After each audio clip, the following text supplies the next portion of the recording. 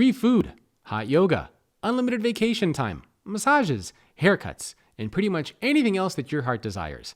Sounds like a great place to work, right? Well, what if I told you that that kind of a company is actually setting itself up for disaster? In this video, I'm going to be talking about why perks are not a sustainable strategy to attract and retain top talent, and what you should be doing and thinking about instead. Before we jump into this video, please remember to hit that subscribe button if you want content just like this designed to help make you a better leader. And if you have somebody in your life who you would like to see become a better leader, please share this video with them. There's nothing wrong inherently with perks. The big challenge, though, is when perks become the strategy instead of what they should be, which is the little cherry that sits on top of the strategy. Now, there's a concept in psychology called the Hedonic Treadmill. Maybe you've heard of it. It basically states that as human beings, we're really good at adapting to stuff. And so what that means when we think about perks is that if you start giving your employees free food, hot yoga, things of that nature, what's going to happen over time is that your employees are going to adapt and get used to things. Now, the way that all of this came about is with employee engagement, which originally had very good intentions. But over time, it has been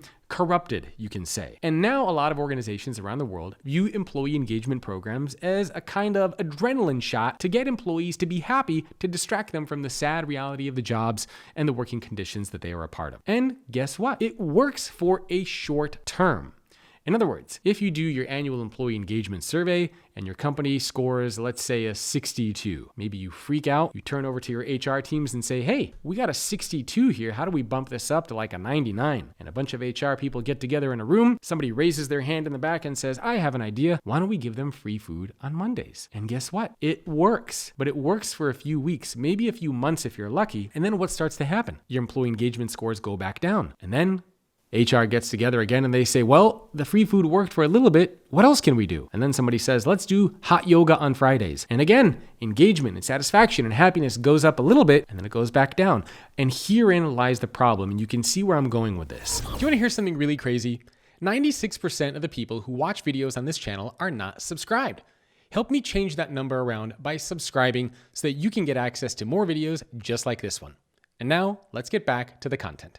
When you purely focus on perks, you're not actually making any core changes to the workplace practices inside of your organization. All you're doing is you're giving employees stuff, and they're going to get used to that stuff. And eventually what's going to happen is they're going to come back to you and they're going to say, yeah, I love the free food. I love the unlimited vacation time. I love that I can bring my dog to the office. I love that I'm getting a massage, but I'm used to that stuff now. What else you got? And this creates a very unsustainable way of running an organization. Not only does this create a toxic corporate culture, but it creates a very transactional relationship between the employee and the organization. So if that approach doesn't make sense, then what is the right approach? This is where employee experience comes into play. Employee experience is a combination of three environments that you can control: culture, technology, and space. Culture is how employees feel working for you. Technology is about the tools and resources employees have access to do their jobs. And space is exactly what it sounds like. It's the spaces in which employees work.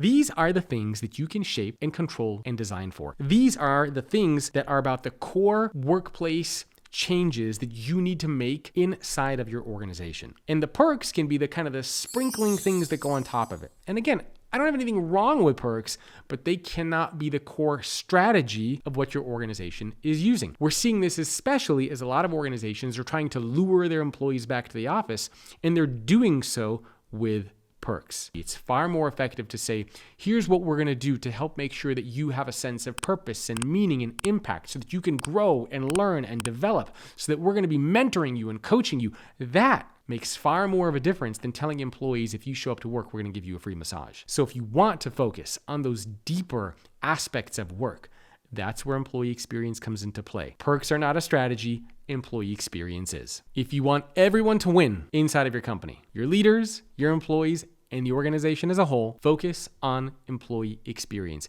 Focus on changing the core workplace practices inside of your organization around your people instead of just giving everybody perks and trying to lure them back into the office. Because eventually that is going to run out and you're going to be back to square one, wondering what else can you be giving your employees to get them to show up to work and to even want to stay at your company. And that is a race to the bottom. If you enjoyed this video, please remember to subscribe to the YouTube channel to get more content just like this, and I'll see you in the next video.